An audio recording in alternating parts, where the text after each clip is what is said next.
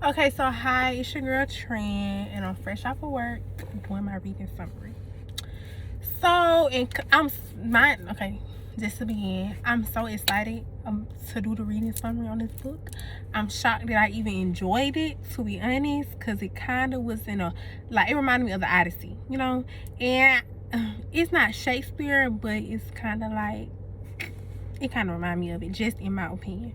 But today we'll be talking about book 1 and book 2, and I really enjoyed it. I feel like the genre of this book is epic poetry. A lot of things that we've been reading with poetry, but not like poem poetry, but it's definitely poetry because it talk about like the historical legends and historical hero, which is Achilles at this time. And let's just get in. The author is Homer, something like that. Homer, I think that's how you say it. The pronunciation will kind of be take the best of me in this video because I don't know how to pronounce their names or anything, but I will try my best. So book 1, so let me tell you about the theme. I talked about it in my community forum post.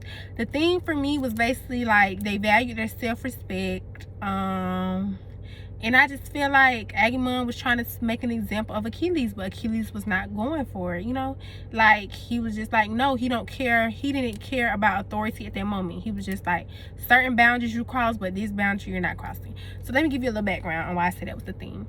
So basically, Agamemnon and Achilles, they both had they weren't their wives, but they was their boo things, at the time, they boo things. So Briseis and somebody else, but Briseis is the main girl we're gonna talk about in the story, so remember her name. So Briseis was Achilles' woman, and something happened where Agamemnon lost his boo thing, so he wanted to take Achilles' woman. He really felt as if he was entitled, because he was higher in rank than Achilles, so he just felt like, okay, mine gonna give me yours. I have more power than you. Not saying physical power, not like superhero power, but literally like he had authority over Achilles, and Achilles was just, and Agamemnon really felt like he was entitled to have Achilles' boo thing, so, which is Briseis. So Achilles was just like, no. He was like, no, and that he's leaving the war. And mind you, Achilles he left a major impact when he decided not to fight.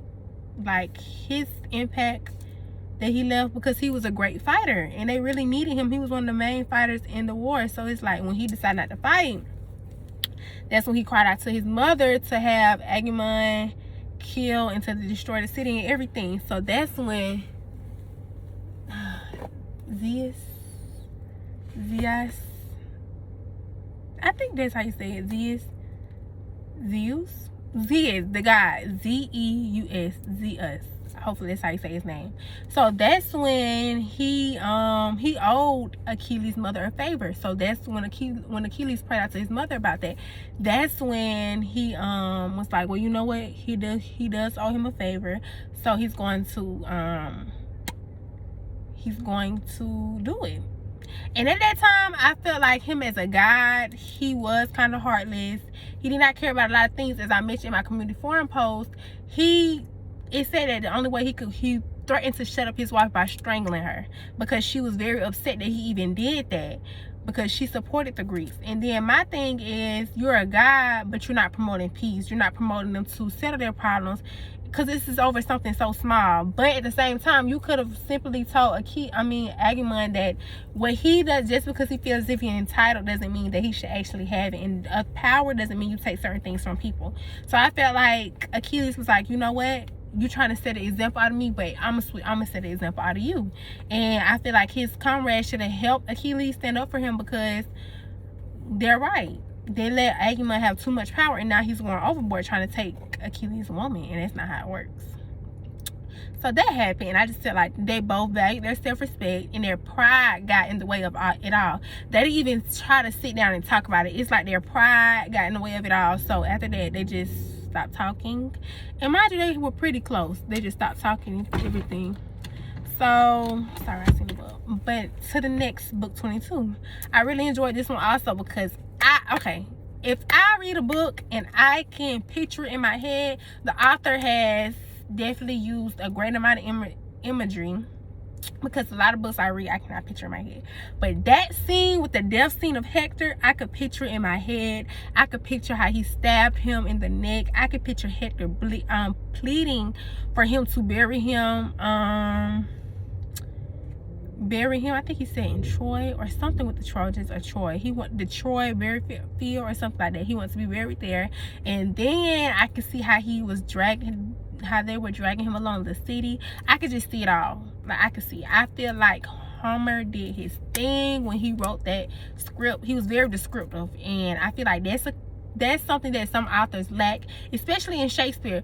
I can't grasp the imagery right there. I definitely grasp it. I really like that. That's what I like. That's what I like most about this book, or this little poetry book. I loved it. I loved how so I liked how he just expressed the fight between them two, and then how he included their parents, and how and when Hector's parents fell out, mind you, Hector is the son of a king, so that definitely left a tremendous impact on Troy. Then when Hector's wife found out, it's like they found out like just because she heard them crying. It was crazy. It was just something so crazy, but I loved it. I loved it all. And I think she heard the cries of his mother and father, and then, or she seen him or something happened, and then that's when his wife began to cry, and she was just distraught.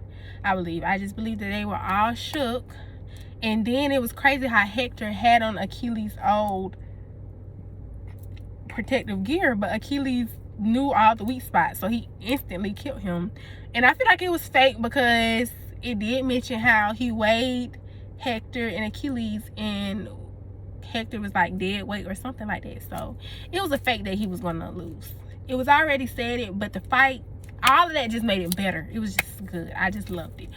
I love books like that, or poems like that that are very descriptive, and I can picture it in my head. So that's what I enjoy. I hope you enjoy my reading summary. But yes, adios.